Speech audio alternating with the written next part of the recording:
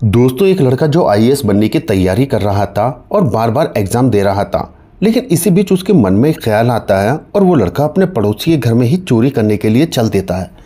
लेकिन दोस्तों, जैसे ही वो घर के अंदर पहुंचता है चोरी करने के लिए, तभी वो अपनी आंखों के सामने कुछ ऐसा देखता है कि वहीं रुक जाता है। वो देखता है कि घर के मालिक और मालकिन अपने कमरे के अंदर तेज आवाज़ में सम्मत बना रहे हैं। दोस्तों, वो लड़का आईपीएस बनने की तैयारी कर रहा था जो वहाँ चोरी करने गया था, लेकिन उसने चोरी करना छोड़ दिया और अपनी आंखों से उन दोनों को संबंध बनाते हुए देखने लगा। तभी उसके दिमाग में कुछ आइडिया आता है और वो अपनी पॉकेट से मोबाइल निकालकर उन मकान मालिक की वो वीडियो बनाने लगता है। दोस्तों, वीडियो बनाने के बाद वो लड़का वहाँ से मालकिन का जो मोबाइल पड़ा हुआ था उसे भी अपने साथ ले जाता है, लेकिन अगले दिन उस वीडियो को मालिक के फ़ोन पर भेज देता है और उसके बाद उन्हें ब्लैकमेल करने लगता है। इसके बाद कुछ ऐसा होता है जिसकी किसी ने कल्पना भी नहीं करी थी। दोस्तों, वो लड़का पढ़ने में बहुत ज़्यादा तेज था, अच्छे खासे परिवार से भी संबंध रखता था और कई बार आईएएस पीसीएस के एग्ज़ाम भी दे चुका था। लेकिन फिर ऐसा क्या हुआ उसके साथ कि उसे चोरी करने की ज़रूरत पड़ गई। फिर चोरी करने गया तो फिर वीडियो क्यों बनाने लगा, और जब पूरी घटना के बारे में आप लोग जानेंगे तो आपको अपने कानों पर विश्वास नहीं होगा। दोस्तों, वो लड़का वीडियो बनाने के बाद कुछ इस तरह की घटनाओं को अंजाम देता है जिसके बाद सबके दिल दहल उठते हैं। लेकिन दोस्तों, वीडियो में आगे बढ़ने से पहले मेरी आपसे एक रिक्वेस्ट रहेगी कि आप हमारी इस वीडियो को लाइक करके चैनल को सब्सक्राइब ज़रूर कर लें और वीडियो अच्छी लगे तो अपने दोस्तों के साथ शेयर करना बिल्कुल भी ना भूलें। दोस्तों, ये बहुत ही दिल छू लेने वाली और इंटरेस्टिंग कहानी है, आप इसे पूरा ज़रूर सुनें। दोस्तों, ये घटना उत्तर प्रदेश के बरेली ज़िले की है और दिन होता है 25 जून 2022। दोस्तों, सुबह सुबह का समय था। पति और पत्नी अपने नज़दीकी थाने में जाते हैं और वहां जाकर थानेदार से कंप्लेंट दर्ज करवाते हैं। दरोगा साहब पूछते हैं कि बताइए आपके साथ क्या हुआ। तब पति और पत्नी थानेदार साहब से कहते हैं कि साहब, हम लोग रात के समय अपने कमरे में सोए हुए थे और हम दोनों पति और पत्नी एक दूसरे से संबंध बना रहे थे कि तभी किसी ने हमारे घर के अंदर आकर चुपचाप हमारी वीडियो बना ली और हमें पता भी नहीं चला।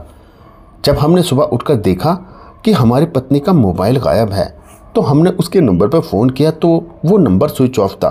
लेकिन कुछ देर के बाद मेरे मोबाइल पर पत्नी के नंबर से बार बार वीडियो आने लगे और ये वीडियो कोई और नहीं बल्कि हमारी और पति और पत्नी की वीडियो थी और ये उसी समय की थी जब हम रात में अपने एक दूसरे से संबंध बना रहे थे और ये वीडियो कल का ही है। वीडियो भेजने के बाद वो लड़का मुझे अब ब्लैकमेल करने लगा और वो मुझसे 10 लाख रुपए की डिमांड कर रहा है और वो मुझसे बार बार कह रहा है कि अगर तुमने पैसे नहीं दिए तो वो इस वीडियो को इंटरनेट पर वायरल कर देगा और मेरी इज्जत पूरी दुनिया में समाज में खराब कर देगा।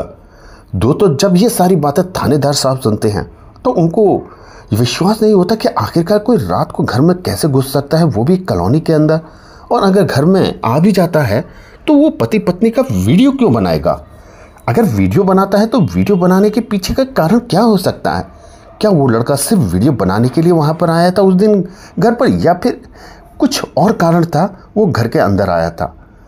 अभी दरोगा साहब के मन में बहुत सारे सवाल चलते हैं, लेकिन जवाब के नाम पर फिलहाल उनके पास कुछ नहीं था। दरोगा साहब पति और पत्नी की अब रजिस्टर में कंप्लेंट दर्ज कर लेते हैं और पुलिस वालों को उस लड़के की तलाश में लगा देते हैं जिसने उस रात पति और पत्नी की वीडियो बनाई थी। दोस्तों, पुलिस वाले सबसे पहले पति और पत्नी के घर पे जाते हैं और उसके घर की बहुत अच्छी तरीके से तलाशी लेते हैं, लेकिन वहाँ भी उनको कुछ नहीं मिलता। वहाँ पर बस यही पता चलता है कि सिर्फ एक फ़ोन चोरी हुआ है, इसके अलावा तो घर का सारा सामान वैसा ही है जैसा उन्होंने छोड़ा था। इसके बाद दोस्तों, पुलिस वाले पति और पत्नी से उस लड़के का मोबाइल नंबर मांगते हैं जिस नंबर से वो लड़का फ़ोन करके उन पति और पत्नी को बार बार ब्लैकमेल कर रहा था। अब दोस्तों, पुलिस वाले उस मोबाइल नंबर को लेकर सर्विलेंस पर लगा देते हैं ताकि उसकी लोकेशन का पता लगाया जा सके। लेकिन दोस्तों, सर्विलेंस उसकी लोकेशन का ना जाने किस कारण से सही से पता नहीं लगा पाती और जिस वजह से अब उस लड़के को ढूंढने में और भी ज़्यादा परेशानी हो जाती है। इसके बाद पुलिस वाले दोनों पति और पत्नी के घर के आसपास में जितने भी सीसीटीवी लगे हुए थे, दरअसल दोस्तों वो एक वीआईपी कॉलोनी थी और उस कॉलोनी में हर जगह 15 से 20 मीटर की दूरी पर कहीं ना कहीं सीसीटीवी कैमरा ज़रूर होता था। तो दोस्तों, जितने भी सीसीटीवी कैमरा वहाँ पर लगे हुए थे सभी कैमरे की फुटेज निकलवाई जाती है। तब जाकर पता चलता है कि रात के करीब 12 बजे के आसपास घर के रास्ते से गुजर रहा था कोई लड़का और मौका पाते ही वो गेट को कूदकर घर के अंदर घुस जाता है। उसके बाद वो लड़का घर के अंदर पूरे करीब 1.5 घंटे रहता है। और पूरे 1.5 घंटे के बाद वो घर से बाहर निकल आता है। तो सीसीटीवी कैमरे में बस इतना ही कैद हुआ था कि कब वो घर के अंदर गया और कब वो घर से बाहर निकला, लेकिन अंदर लड़के ने क्या किया और क्या नहीं किया कुछ भी पता नहीं चलता। जब उस लड़की की फ़ोटो पुलिस वालों को मिल जाती है तब उसकी फ़ोटो लेकर अब जगह जगह उसकी तलाश शुरू करनी हो जाती है। तब जाके पता चलता है कि लड़का कहीं और का नहीं बल्कि जिस घर में वो पति और पत्नी रहते हैं उसी घर से करीब कुछ ही मीटर की दूरी पे वो लड़का रहता है, उसका वही घर है। तो सब पुलिस वाले उस लड़के को तुरंत उसके घर से ही गिरफ्तार कर लेते हैं और लेकर फिर उसे थाने में आ जाते हैं पूछताछ के लिए। अब थानेदार साहब उस लड़की को बैठाकर अच्छे से पूछताछ करते हैं कि अब बताओ उस दिन तुम उस घर के अंदर करने क्या गए थे। लड़का थानेदार साहब से कहता है कि साहब मेरा उस दिन चोरी करने का बिल्कुल मन नहीं था, लेकिन मेरी मजबूरी थी, मैं पढ़ाई करते करते थक गया हूँ, अब मुझसे एग्ज़ाम भी नहीं पास हो रहा, नौकरी भी नहीं हो रही। अगर कहीं छोटी मोटी नौकरी करने जाता हूँ तो वो सैलरी के नाम पे मजदूरी थमा देते हैं और काम भी बहुत ज़्यादा करवाते हैं। मैं तो मेंटली तौर पे बहुत ज़्यादा अपसेट हूँ, मुझे समझ नहीं आ रहा कि मैं क्या करूँ। दोस्तों वो लड़का थानेदार साहब से कहता है कि मैं उस घर में अब से पहले कई बार चोरी कर चुका हूँ, लेकिन कभी भी मैं पकड़ा नहीं गया। ये ना जाने कैसे मेरे से गलती हो गई, क्योंकि उस दिन जब मैं चोरी करने के लिए उस घर में गया था तो मैंने देखा पति और पत्नी संबंध बना रहे हैं और उन दोनों पति और पत्नी को संबंध बनाते हुए देखकर वो भी बिना कपड़ों, तो मुझसे जाने का मन नहीं करा और मैं वहीं खड़ा हो गया। और उसके बाद मैंने सोचा क्यों ना इन दोनों की मैं वीडियो बना लूँ, अच्छा खासा पैसा एक बार में मिल जाएगा। बस यही सोचकर मैंने इनकी वीडियो बना ली और जिस वीडियो बनाने के बाद मैंने इनसे 10 लाख रुपए की डिमांड भी कर दी। मुझे लगा इनके पास बहुत पैसा है, अमीर हैं और अगर ये पैसे मिल जाएंगे तो मैं भी अपनी चैन की ज़िंदगी बिता दूंगा। लेकिन मुझे क्या पता था कि ये लोग यहाँ आने के बाद पुलिस कंप्लेंट कर देंगे। दोस्तों वो थानेदार साहब से ये भी कहता है कि वो लोग बहुत अमीर हैं, बहुत पैसे वाले हैं, उन पर पैसे की बिल्कुल भी कमी नहीं है। इतना सुनते ही थानेदार साहब उसे खींच के कई रैपट मुंह पे लगाते हैं। तब लड़का रोने लगता है, कहता है कि दरोगा साहब हमसे गलती हो गई, हमें माफ़ कर दो, हम दोबारा कभी ऐसा नहीं करेंगे। अब से मैं सिर्फ अपनी IAS PCS की तैयारी करूंगा और कुछ नहीं करूंगा, मेरा जीवन बर्बाद हो जाएगा, आज के बाद हम कभी भी ऐसा नहीं करेंगे। इसके बाद थानेदार साहब पूछते हैं कि कब से तुम IAS और PCS की तैयारी कर रहे हो, यानी सिविल सर्विस की तैयारी कर रहे हो।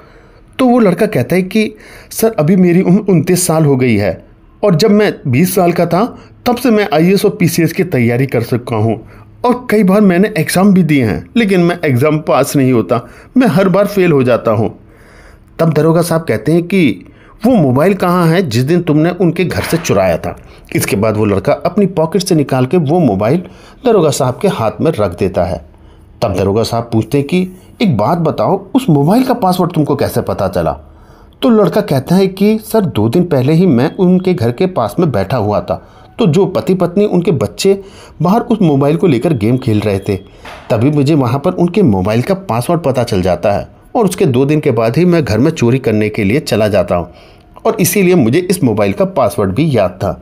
दोस्तों थानेदार साहब को उसकी बातों पे बिल्कुल भी भरोसा नहीं हो रहा था, इसलिए वो पुलिस वालों को कहते हैं कि इसको लॉकअप में बंद कर दो और इसके बारे में बाकी की और जानकारियां भी जुटाओ। इसके बाद पुलिस वाले उसके बारे में और जानकारियां जुटाने में लग जाते हैं। करीब 5-6 दिनों के बाद पुलिस वालों को पता चलता है कि ये लड़का एक बार चोरी नहीं करी, बल्कि ये तो अक्सर मोहल्ले में सभी घरों में 1 या 2 बार चोरी कर चुका है।